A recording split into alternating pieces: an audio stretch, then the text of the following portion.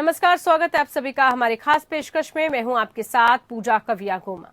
Corona virus महामारी ने भारत ही नहीं बल्कि लगभग पूरी दुनिया को बुरी तरह से प्रभावित किया। हर किसी का जीवन किसी न किसी तरीके से इस वायरस की वजह से प्रभावित हुआ। इस वजह से लोगों का जीवन जीने का तरीका भी पूरी तरह से बदल चुका है। भले ही आज हम पहले से बेहतर स्थिति में खुद को देख रहे हैं, लेकिन हम ये बिल्कुल नहीं भूल सकते कि एक समय था जब इस कोरोना वायरस से बिना किसी हथियार यानी वैक्सीन के मुकाबला कर रहे थे। वहीं मौजूदा समय में दुनिया के पास एक से बढ़कर एक कोरोना वैक्सीन है, जिसमें से एक फाइजर भी है। फाइजर वैक्सीन को लेकर हाल ही में एक अध्ययन सामने आया है, जिसे लेसेंट मेडिकल जर्नल में प्रकाशित किया गया है। लॉसेंट मेडिकल जर्नल में प्रकाशित इस शोध में दुनिया की चिंता बढ़ा दी है। शोध के जो नतीजे आए हैं उससे पता चलता है कि कोरोना के खिलाफ दुनिया की सबसे असरदार वैक्सीन के असर में 6 महीने में कमी आई है। स्टडी के मुताबिक कोरोना के खिलाफ जंग में फाइजर वैक्सीन का असर 6 महीने के बाद 41% से कम हो जाता है। रिपोर्ट के मुताबिक फाइजर के दोनों डोज लेने के बाद कोरोना से 88% बचाव होता था, वो 6 महीने के बाद 47% रह गया है। यानी कोरोना के खिलाफ वैक्सीन के असर में 41% की कमी आई है। लेकिन अच्छी बात ये भी नजर नहीं हटाई जा सकती, क्योंकि अध्ययन ये भी बताता है कि डेल्टा वेरिएंट पर भी वैक्सीन अस्पताल में भर्ती होने और मौत के मामले में बेहतर सुरक्षा लोगों को प्रदान कर रही है। वहीं फाइजर और कैंसर परमानेंट ने दिसंबर 2020 से अगस्त 2021 के बीच कैंसर परमानेंट सर्न कैलिफोर्निया के लगभग 34 लाख लोगों के हेल्थ रिकॉर्ड्स की जांच की। अपने इस अध्ययन को लेकर फाइजर वैक्सीन की ओर कहा गया है कि उनके वेरिएंट स्पेसिफिक एनालिसिस से बताती हैं कि फाइजर और बायोएनटेक वैक्सीन कोविड-19 के सभी वेरिएंट के खिलाफ प्रभावी है। अमेरिका, मेक्सिको जैसे कई बड़े देशों में फाइजर की वैक्सीन लगाई जा रही है। वहीं अमेरिका में कुछ बुजुर्गों और कुछ अन्य लोगों को फाइजर का बूस्टर डोज भी दिया जाने लगा है। भारत की बात की जाए तो भारत में भी फेस्टिवल सीजन की शुरुआत हो गई है। ऐसे में कोरोना के निर्धारित प्रोटोकॉल का पालन करना जरूरी है, नहीं तो देश में अगर संक्रमण के मामलों में बढ़ोतरी आती है तो इसे रोकना बहुत मुश्किल होगा।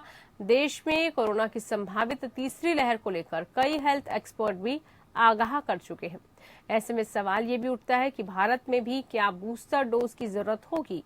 देश में अभी तक 92 करोड़ टीके की डोज लग चुकी है। देश में 18+ आबादी की करीब 94 करोड़ है। दोनों डोज की बात करें तो 25% लोगों को दोनों डोज लग चुकी है।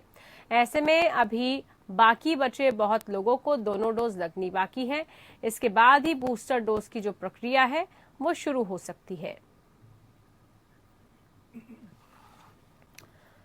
तो आज का अहम सवाल यही है कि वैक्सीन का असर क्या कम हो रहा है या फिर इससे हमें घबराने की जरूरत नहीं है। आज इसी को लेकर हम चर्चा करते हैं। चर्चा करने के लिए हमारे साथ खास मेहमान जुड़ चुके हैं, उनसे हम चर्चा को आगे बढ़ाते हैं। हमारे साथ डॉक्टर स्वाति महेश्वरी है, बहुत स्वागत है डॉक्टर स्वाति आपका। हमारे साथ डॉक्टर राहुल भी है, बहुत स्वागत है आपका सर दोनों मेहमानों का। सबसे पहले स्वाति जी आप ही के पास मैं आना चाहूंगी। कई बार हम चर्चा इस बात को लेकर करते आ रहे हैं कि वैक्सीन कितनी जरूरी है, वैक्सीन लोगों को लगवानी है, जल्द से जल्द लगवानी है। और हम देख रहे हैं कि भारत में ये ग्राफ, ये आंकड़ा अच्छा खासा बढ़ भी रहा है। बहुत जल्दी मुझे लगता है कि वो आंकड़ा भी हम पार कर लेंगे। लेकिन अब जो एक रिपोर्ट आई है, रिपोर्ट आपने सुनी होगी, देखी होगी, इस रिपोर्ट में कितना दम आपको नजर आ रहा है कि जो वैक्सीन के बाद भी जो संक्रमण का रेट है वो गिर रहा है? क्या कुछ समझे इस रिपोर्ट के जरिए हम?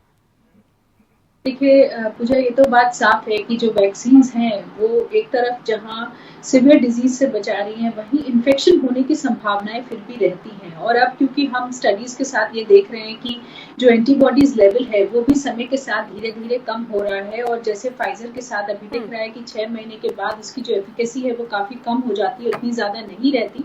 एस्ट्राजेनेका के साथ भी ये देखा जा रहा है। वहीं वैक्सीन का काम करने के तरीके जो हैं उसके ऊपर भी ध्यान देने की जरूरत होगी कि केवल न्यूट्रलाइजिंग एंटीबॉडीज नहीं है, जिनको हम आसानी से ब्लड सीरम में नाप पाते हैं, उनकी ही केवल बात नहीं है। जो वैक्सीन होती है वो हमारे टी सेल्स को, हमारे मेमोरी सेल्स को, जो कि इस बात को याद रखते हैं कि आने वाले वक्त में, आज नहीं 15 साल 20 साल बाद भी अगर किसी को ये इन्फेक्शन होता है तो ये मेमोरी सेल्स जो है वो एक्टिवेटेड हो जाते हैं। तो ये सेल्स भी वैक्सीन जो है एक्टिवेट करती है और इनसे भी हमें प्रोटेक्शन मिलेगा। लेकिन अभी क्योंकि वैक्सीन नई हैं, स्टडीज बहुत लंबी नहीं हो पा रही है क्योंकि इतना वक्त अभी नहीं हुआ है, इसलिए मौजूदा हालात में जो स्थिति दिख रही है कि वैक्सीन की एंटीबॉडीज जो है वो धीरे धीरे कम हो रही है। इसी की वजह से अभी ये बहुत ज्यादा डिबेट चल रहा है कि क्या बूस्टर डोज देनी चाहिए या नहीं देनी चाहिए। जिस तरह से आपने देखा कि इजराइल ने तो बूस्टर शॉट को अब कंपलसरी कर दिया है कि वो आपको लगाना ही होगा, क्योंकि अभी वहां डेल्टा वेरिएंट की वजह से जिन लोगों को दोनों वैक्सीन के शॉट्स लग चुके थे उनमें भी काफी ज्यादा इन्फेक्शन देखा गया है। तो हमारा जो ऐसा वर्ग है जिसको, जो कि ज्यादा रिस्क पर रहता है, जो हमारे हेल्थ के वर्कर्स हैं, जो हमारी एल्डरली पॉपुलेशन है, उनके लिए कहीं ना कहीं ये निर्णय सरकार को भी लेने की जरूरत पड़ेगी कि आने वाले वक्त में हम इनको बूस्टर डोजेस दें, खास तौर से जब हमें लगे कि फ्यूचर वेव की आशंकाएं ज्यादा बढ़ गई हैं तब हमें इनको बूस्टर डोज देने की जरूरत पड़ेगी। लेकिन फिलहाल के लिए भारत की अगर बात करें तो हमारी प्राथमिकता इस वक्त यही है कि हम फर्स्ट डोज और सेकेंड डोज जो है वो ज्यादा से ज्यादा लोगों तक पहुंचा सके, ताकि वनरेबल पॉपुलेशन की जो संख्या है उसको हम पहले कम से कम कर सकें। लेकिन डेफिनेटली मेरा ये मानना है कि हेल्थ केयर वर्कर्स के लिए कहीं ना कहीं एक निर्णय लेना जरूरी है, क्योंकि हमारे पास जो हेल्थ केयर वर्कर्स हैं वो पहले ही एक बहुत सीमित मात्रा में है, बहुत ज्यादा हेल्थ केयर वर्कर्स नहीं है, और सेकेंड वेव में भी बहुत सारे हेल्थ केयर वर्कर्स की मृत्यु तक हुई है, प्रभावित हुए हैं कोरोना से। ऐसे में इस वर्ग को क्योंकि रिस्क ज्यादा रहता है, एक्सपोजर ज्यादा रहता है, तो इनके प्रति कोई ना कोई डिसीजन लेने की जरूरत होगी। देखिए 3 करोड़ की संख्या है और यही वो वर्ग है जिसको सबसे पहले वैक्सीन लगनी भी शुरू हुई थी। तो अब काफी समय हो चुका है फर्स्ट वैक्सीन डोज लगे हुए, और अब जो 10 महीने का अंतराल लगभग हो गया है, तो इनमें एक स्टडी करके देखना भी चाहिए। और देखिए आईसीएमआर ने भी एक स्टडी करी थी जहां उन्होंने खुद देखा था कि जो हेल्थ केयर वर्कर्स हैं उनमें धीरे धीरे समय के साथ एंटीबॉडीज में कमी देखी गई है। तो इस चीज को एड्रेस करने की जरूरत डेफिनेटली है। लेकिन अगर पूरे तौर पर हम भारत की बात करें तो अभी बूस्टर डोज की पूरे भारत को जरूरत नहीं होगी। पहले हमारी प्राथमिकता यही है कि फर्स्ट और सेकेंड डोज लोगों तक पहुंचाई जाए। और वहीं जब हम बूस्टर डोज की बात करते हैं तो अब कंपनियों को वैक्सीन में संशोधन करने की भी जरूरत होगी, क्योंकि जब हम नए वेरिएंट्स की बात कर रहे हैं तो वैक्सीन जो है वो ज्यादा कारगर होनी चाहिए उन वेरिएंट्स पे। अगर हम बूस्टर डोज लगा रहे हैं तो उसका फायदा सबको तभी होगा जब वो ज्यादा वेरिएंट्स को भी टैकल कर पाए। तो अगर कंपनियां इस चीज के लिए जो है पैरवी कर रही है कि बूस्टर डोज लगाई जाए, तो कंपनियों को भी इस चीज का लगातार ध्यान रखना चाहिए कि उनकी वैक्सीन में भी चेंज होने की जरूरत है। उसी वैक्सीन को अगर हम बार बार बूस्टर डोज के रूप में दे रहे हैं तो ये भी आने वाले समय में देखना होगा कि कितनी कारगर रहेगी और क्या इस बूस्टर का बहुत ज्यादा फायदा होगा या नहीं होगा। क्योंकि वेरिएंट्स अगर हैं और उनको अगर हम टैकल करना चाहते हैं तो मौजूदा वैक्सीन अभी वेरिएंट्स को उतना अच्छा टैकल नहीं कर पा रही है, और हमारी लड़ाई और अच्छी होगी अगर हम बूस्टर ऐसा लगाएं जो कि वेरिएंट्स को ज्यादा बेटर टैकल कर पाए।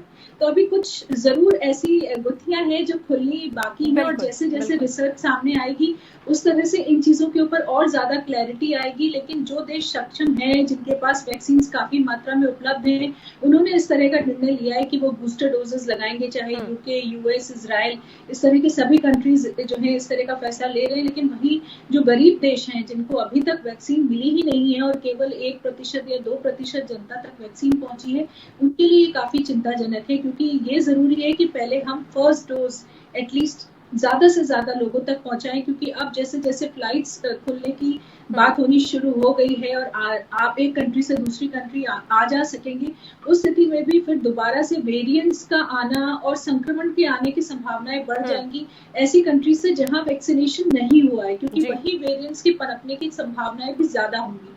तो ये बहुत सारे एक क्रिटिकल डिसीजंस हैं जो ना केवल एक देश के तौर पे बल्कि इस वक्त पूरे विश्व को परिप्रेक्ष्य में रखते हुए लेने की जरूरत है। और इसी इसीलिए WHO को भी इसके ऊपर और ज्यादा ध्यान देने की जरूरत होगी। और बिल्कुल, और इसको लेकर स्वाति जी चर्चा भी हम आगे करते रहेंगे कि किन किन चीजों को लेकर और अभी एहतियात बरतने की जरूरत है पूरे विश्व की, जब हम बात कर रहे हैं। डॉक्टर राहुल शर्मा, सबसे ज्यादा असरदार वैक्सीन के असर 6 महीने में कमी आ रही है, स्टडी ये बता रही है। अब कोरोना के खिलाफ जंग में फाइजर वैक्सीन का असर कह रहे हैं कि 6 महीने के बाद 41% से कम हो जाता है। भारत जैसे देश को कितना चिंतित होने की जरूरत है, क्योंकि एक अगर फर्स्ट डोज की बात करें तो फर्स्ट डोज अभी तक कंप्लीट हुई है, सेकंड डोज अभी बहुत सारा प्रतिशत ऐसा है जिनको लगी ही नहीं है, फिर बूस्टर डोज की हम चर्चा करते हैं। लेकिन क्या वाकई में भारत को भी थोड़ा सा सजग और मुस्तैद होने की जरूरत है इस रिपोर्ट के बाद? आई थिंक पूजा जी, ये बहुत ही इम्पोर्टेंट सवाल है कि जब हम ये बात कर रहे हैं वैक्सीनेशन कवरेज देना है पहले पूरा, और बूस्टर डोज की रिक्वायरमेंट होगी या नहीं होगी। तो अगर हम ये देखें कि पिछले 1 साल ऑलमोस्ट हो गया है जिसमें भी जितने लोगों को इन्फेक्शन हुआ है, चाहे वो हेल्थ केयर वर्कर हो या नॉर्मल जनरल पब्लिक हो, री इन्फेक्शन रेट बहुत कम है हमारे यहाँ री इन्फेक्शन इतना ज्यादा नहीं आ रहा है। तो अभी भी हमारा पहला फोकस ये होना चाहिए कि मैक्सिमम लोग जिनको वैक्सीन नहीं लगी है उनको कवर किया जाए। जो स्टडी लैंसेट में पब्लिश हुई है उसमें ये दिखाया गया है कि एंटीबॉडी लेवल उन्होंने देखा वो कम हो गया, और जिन लोगों को भी री इन्फेक्शन हुआ वो बहुत ही माइल्ड ग्रेड का हुआ। वैक्सीन उस वक्त भी उतनी ही प्रभावी थी सीवियर डिसीज को बचाने के लिए और पेशेंट को हॉस्पिटल से बचाने के लिए, चाहे उनकी एंटीबॉडी लेवल कम हो गए हैं। सो अभी भी ये रिसर्च का मैटर है कि जरूरत है सब लोग डोज की या नहीं, एंड उसमें भी हमें सब टाइप करना पड़ेगा। कुछ लोग हैं जैसे कि और लोग हैं जिनमें इम्यूनिटी उतनी अच्छी डेवलप नहीं होती है, या वो लोग हैं जिनको जो ओल्ड डिसीज है जिनसे उनका इम्यून सिस्टम वीक रहता है और उनको 2 डोज के बाद भी अच्छी इम्यूनिटी डेवलप नहीं होती है। प्रोबेबली ये लोग वो उस फोकस में रहेंगे जिनको बूस्टर डोज के बाद उनकी इम्यूनिटी हम और स्ट्रेंथन कर सकते हैं। या तीसरा इंपॉर्टेंट ग्रुप वो है जहां पर ये देखा जाए कि जितने भी हेल्थ केयर वर्कर्स हैं या जो कॉमन प्लेसेस पे काम करते हैं जहां एक्सपोजर और ट्रांसमिशन का रिस्क बहुत ज्यादा बढ़ जाता है, वहां प्रोबेबली बूस्टर डोज के लिए रिसर्च की जा सकती है। बट एज फार एज जो अभी की इंडिया की कंडीशन है, I think we should focus on कि हम अपना वैक्सीनेशन कैंपेन पूरा करें और रिसर्च करते रहें कि क्या री इन्फेक्शन आ रहा है, कैसा एंटीबॉडी लेवल्स है बॉडी में, कितने नए केसेस आ रहे हैं। बिल्कुल, और इस पर ही चर्चा भी करनी पड़ेगी और इस पर हमें थोड़ा सा और ज्यादा संजीदा होने की जरूरत है। रिपोर्ट्स तो आ रही हैं और रिपोर्ट्स में काफी कुछ खुलासे भी हो रहे हैं, रिसर्च भी इसको लेकर लगातार चल रही है। भारत के लिए कितना ज्यादा चिंताजनक है ये विषय, इसको लेकर आगे हम चर्चा करेंगे। क्या वाकई में वैक्सीन का असर धीरे धीरे कम होता नजर आ रहा है, इसी को लेकर चर्चा कर रहे हैं। खास मेहमान हमारे साथ लगातार जुड़े हुए हैं और उनसे हम विस्तार में समझने की कोशिश कर रहे हैं कि क्या जो अध्ययन में बातें सामने आ रही हैं और डेल्टा वेरिएंट पर भी जो वैक्सीन अस्पताल में भर्ती होने पर जो आंकड़े सामने आ रहे हैं वो कितने ज्यादा नुकसानदायक भारत के लिए होने वाले हैं। डॉक्टर स्वाति महेश्वरी, भारत की जब हम बात कर रहे हैं तो हर पहलू से हमें समझना होगा और ग्रासरूट लेवल पर भी हमें ये चीजें देखनी होंगी कि अभी तक कितने लोगों को वैक्सीन की पहली डोज लगी है, कितने लोगों को दूसरी लगी है।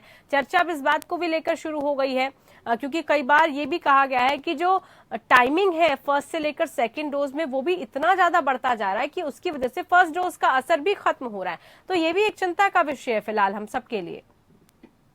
देखिए, जहां तक गैप की बात है, 2 डोज के बीच में गैप की बात है, इसको लेकर के काफी स्टडीज आ चुकी हैं और अच्छी बात यही है कि जितना लंबा गैप है उतना ज्यादा अच्छा असर सेकेंड डोज का देखा गया। इसीलिए आपने देखा भी कि सरकार ने जहां पहले 4 हफ्ते का डोज गैप रखा था उसको बढ़ा करके 12 हफ्ते कर दिया, क्योंकि ये स्टडीज के बेसिस पर ही था। ऐसा बिल्कुल नहीं था कि वैक्सीन की कमी है या सरकार चाह रही है कि वो भीड़ ना लगे इसलिए इस तरह का निर्णय लिया गया, ऐसा नहीं था। तो ये एक साइंटिफिक स्टडी के ऊपर बेस करके निर्णय लिया गया है।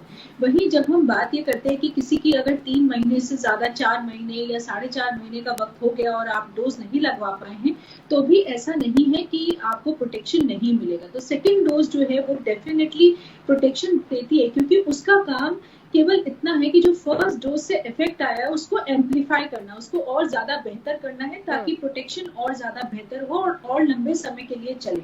तो इसलिए अभी हमें गैप को लेकर के बहुत ज्यादा परेशान होने की जरूरत नहीं होगी कि हम इसमें कोई फेरबदल लाएं। फिलहाल के लिए ये एक अच्छा गैप है और इससे अच्छा प्रोटेक्शन भी हम लोग देख रहे हैं। लेकिन हाँ, डेफिनेटली चैलेंज ये रहेगा कि आने वाले वक्त में हम ज्यादा से ज्यादा लोगों तक और इस वैक्सीन को पहुंचा सके। और जिस तरह से अभी सरकार प्रयास भी कर रही है, आप देख रहे हैं कि हर दूसरे तीसरे दिन 1 करोड़ की संख्या को हम छू लेते हैं, जो कि अपने आप में एक बहुत अच्छी गति है। और उससे लग भी रहा है कि इस साल के अंत तक हम काफी अच्छी संख्या को छू लेंगे। और अब बच्चों के लिए भी वैक्सीन जल्द ही रोल आउट हो जाएगी, ज़ाइकोव भी, तो वो भी एक बहुत अच्छी खुशखबरी और उपलब्धि के रूप में है। तो आने वाले समय में डेफिनेटली देखिए वैक्सीनेटेड लोगों की संख्या काफी बढ़ जाएगी और जैसे जैसे वैक्सीनेटेड लोगों की संख्या बढ़ेगी वैसे ही वेरिएंट्स के आने की, नए वेरिएंट्स के आने की संभावनाएं भी कम हो जाएंगी और लोगों में एक तीव्र बीमारी होने की संभावनाएं भी कम हो जाएंगी। और जो हम ये मानकर चल रहे हैं कि अगर किसी को कोरोना बाद में हो तो वो एक साधारण बीमारी की तरह रहे, और जिस तरह से अभी हम खौफजदा हो जाते हैं कि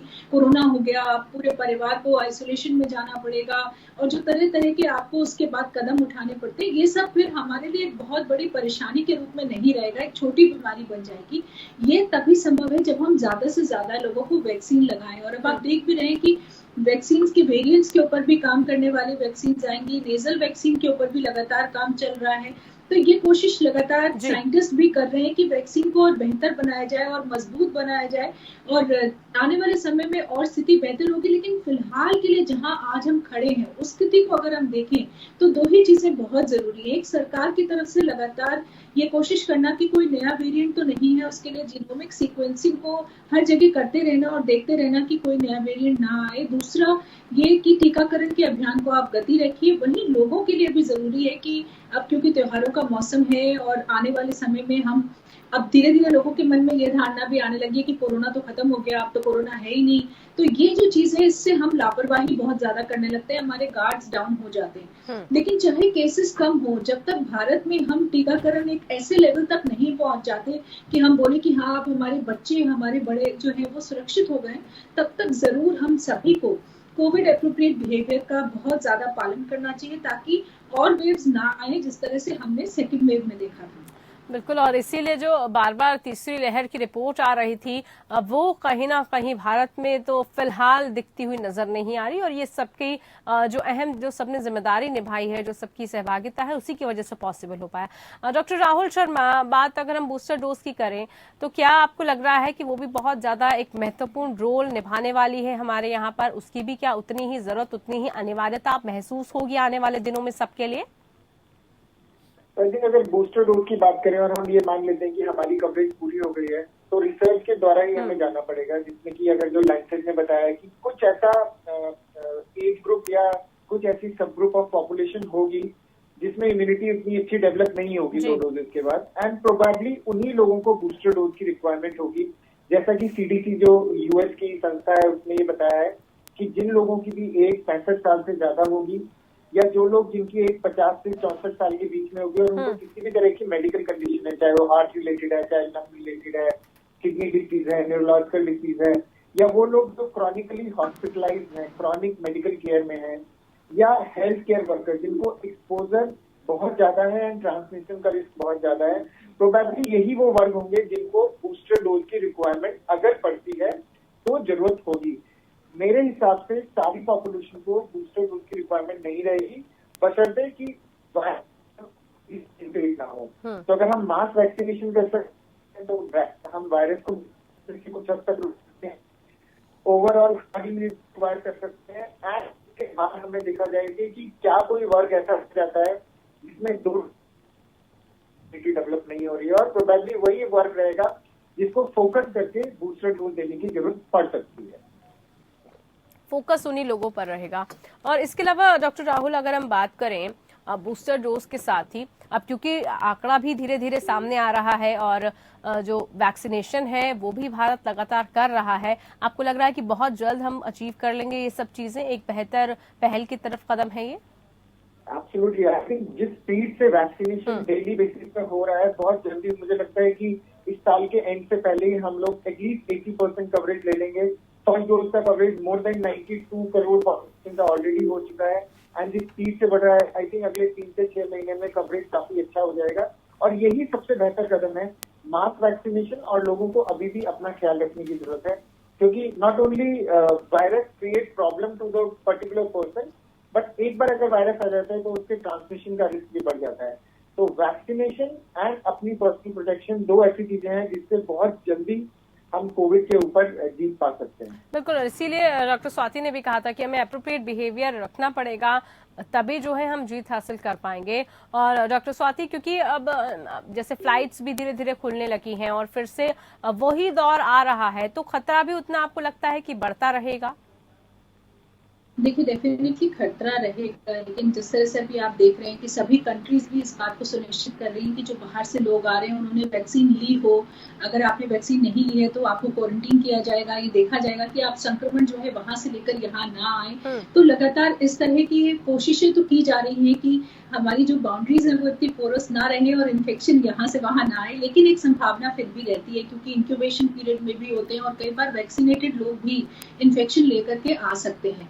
तो एक रिस्क हमेशा रहेगा और इसीलिए बहुत गार्डेड अप्रोच की जरूरत है, लगातार उसको करते रहें, क्योंकि जैसे जैसे देखिए अल्टीमेटली जीवन सामान्य की ओर तो जाना ही है। अब स्कूल खुल रहे हैं, त्योहार आ रहे हैं, उधर हमारे अब आप देखिए कि और चीजों में भी धीरे धीरे रिलैक्सेशन होने लगा है।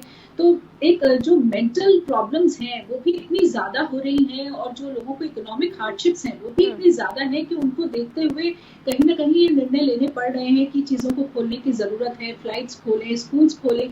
लेकिन इसीलिए हमारा रोल जो है वो और भी ज्यादा बड़ा हो जाता है। एक तरफ अगर हम चाहते हैं कि जीवन हमारा नॉर्मल की तरफ जाए, तो वो हमें करने के लिए खुद हमें प्रयास भी करना होगा कि हम वापस लॉकडाउन में ना जाएं, हम वापस उस स्थिति में ना आए कि फिर से सब कुछ बंद करना पड़े। तो उसके लिए हमारा ही प्रयास जरूरी है कि हम लोग टीकाकरण करवाएं, दूसरों को प्रेरित करें और कोविड एप्रोप्रिएट बिहेवियर का ध्यान रखें और भीड़ नहीं लगाएं, क्योंकि जहां हम ज्यादा से ज्यादा लोग भीड़ लगाना शुरू हो जाएंगे वहीं से फिर ये संक्रमण हमने देखा है कि तेजी से बढ़ने लगता है। तो ये वाला साल, अब कुछ 3 महीने ही केवल रह गए हैं, अगर ये 3 महीने हम लोग और थोड़ा सा संयम रखें, सजग रहें, तो ये हमारी लड़ाई देखा जाए तो पूरे विश्व में सबसे अच्छी लड़ाई इस वक्त भारत ही लड़ रहा है। इतनी ज्यादा जनसंख्या होते हुए भी हमारे यहाँ संक्रमण का दर आपने देखा है कि अभी कितना कम है और धीरे धीरे हम लोग वैक्सीनेशन बहुत बढ़ाते जा रहे हैं। हर कंट्री से कहीं ज्यादा वैक्सीनेशन हमारा है। तो आने वाले वक्त में इंडिया एक बहुत मजबूत स्थिति में होगा, बस लोगों के योगदान की जरूरत है और थोड़ा सा और समय हम लोगों को पेशेंस रखने की जरूरत है। और मुझे लगता है कि आने वाला नेक्स्ट ईयर जो है वो काफी बेटर होगा और हम इस तरह से दोबारा से वेव से नहीं जूझेंगे। बिल्कुल, और उम्मीद हम बेहतर की ही कर सकते हैं। बहुत शुक्रिया आप दोनों खास मेहमानों का, आप हमारे साथ जुड़े और इतनी अच्छी हम लोगों ने चर्चा की, सुझाव भी कुछ इस दौरान दिए गए। बहुत शुक्रिया आप दोनों खास मेहमानों का। फिलहाल इस खास पेशकश में इतना ही। नमस्कार।